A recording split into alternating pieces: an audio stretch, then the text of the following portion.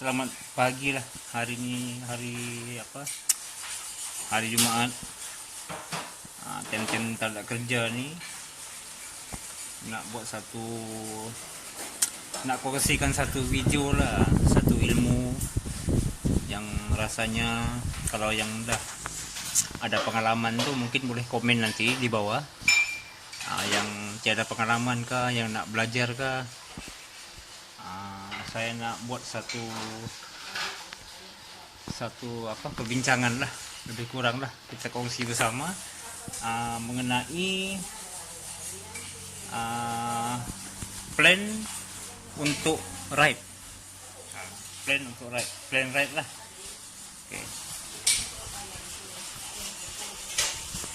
Oke. Dia begini. Biasanya bila saya ride, kawan-kawan, kenalan apa semua, dia akan tanya soalan yang lazim lah saya ditanya. Pertama sekali dia orang akan tanya macam-macam.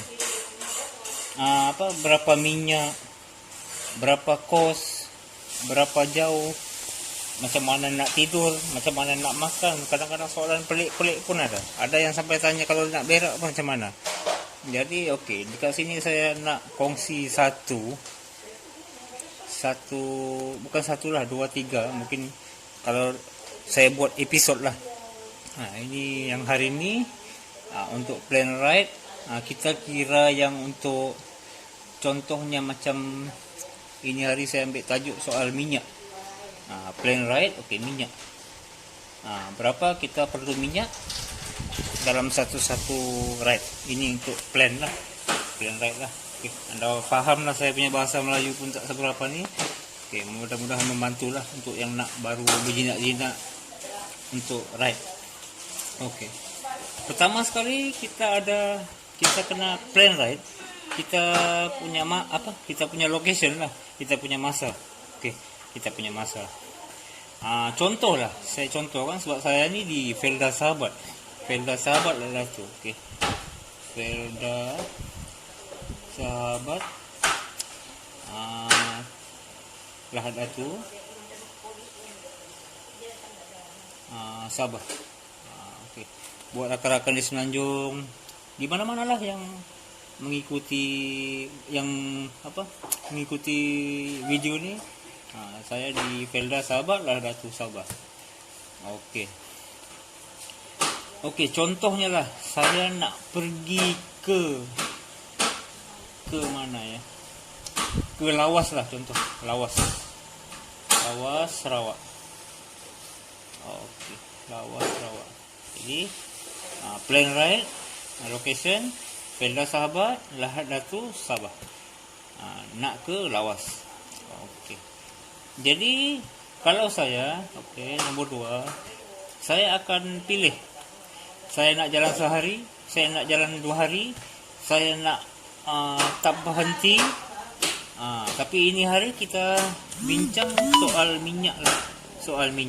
Jadi Felda Sahabat, Lahad Datu, nak ke Lawas Sarawak, berapa minyak perlu? Banyak orang tanya soal minyak. Dia senang, mudah, simple semualah. Ini bergantung daripada pengalaman saya lah.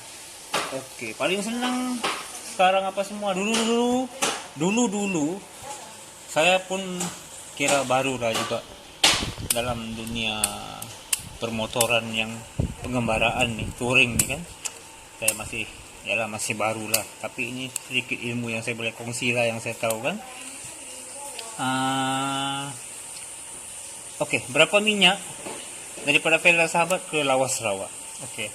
Pertama sekali, bila kita tanya soal minyak, kita kena tahu dia punya jarak. Jarak daripada, kita bagi ini point A lah, ini point B lah supaya mudah kan. A pergi B keseluruhan, satu hala. Itu minyak. Jadi nak cari jarak A Felda Sahabat, B. Paling mudah sekarang ialah, dulu kita tiada kemudahan internet kan. Kita jalan terus. kita tak tahu minyak nak sampai mana, nak isi di mana, apa semua tak tahu. Baru belajar waktu itu darjah 1. Okey, ataupun tadi kala orang bilang. Okey. Jadi sekarang mudah. Okey, cara saya kita guna, saya pakai ini. Apa? Saya pakai peta dalam apa Google ni. Okey. Cik kasih kurang brightness-nya bang. Ya. Okey. Mana ini kasih kurang? Brightness. Boleh? Hmm. Okey. Pakainya senang. Okey, jadi sekarang daripada Vela Sahabat Lahadatul Sawah. Okey, cuba kita tengok dalam peta. Ni dia. Okey, buat pengetahuan semua, Lahadatul Sabah ni, Lahadatul Sabah, dia antara area paling timur di Malaysia lah. Kalau kita tengok di sini kan, dia area paling timur, utara, sini barat kan. Dia area paling timur. Okey, jadi lawas dia duduk dekat Brunei ni. Sini. Bahasa jangan heran lah, sebab saya boleh campur-campur bahasa. Yalah, bahasa saya begitu. Okey. Sekarang daripada lawas, daripada Vela Sahabat, okey. Kalau saya punya cara, saya akan ambil step by step lah. Sebab nak minyak kan, namanya pun minyak. Okey. Pertama jarak, kedua motor yang saya pakai. Kenderaan yang saya pakai, motor lah, ini bukan kereta kan. Contohnya macam saya pakai yang saya biasalah, saya pakai RG, FZ, Belang, LC, Kapcai lah. Sebut apa tak pernah. Okey, jadi ini contohnya saya ambil sini, saya pakai RG Sport. RG Sport 110 lah kan, RGB kan. Okey.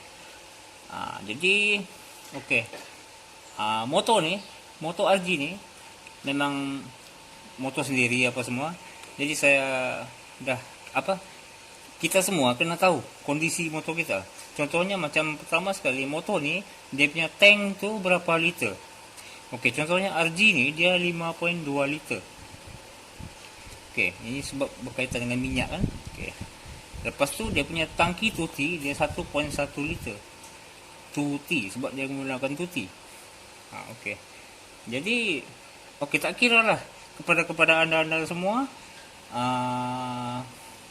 anda kena tahu, anda pakai motor tu kena tahu dia punya isi padu tangki tuti penuh tu, bukan tangki tuti, tangki minyak petrol anda, bahan api anda lah kan, berapa liter dan sejauh mana dia boleh gerak.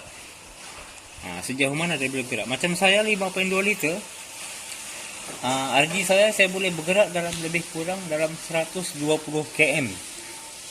Dia punya jarak dalam 5.2 liter.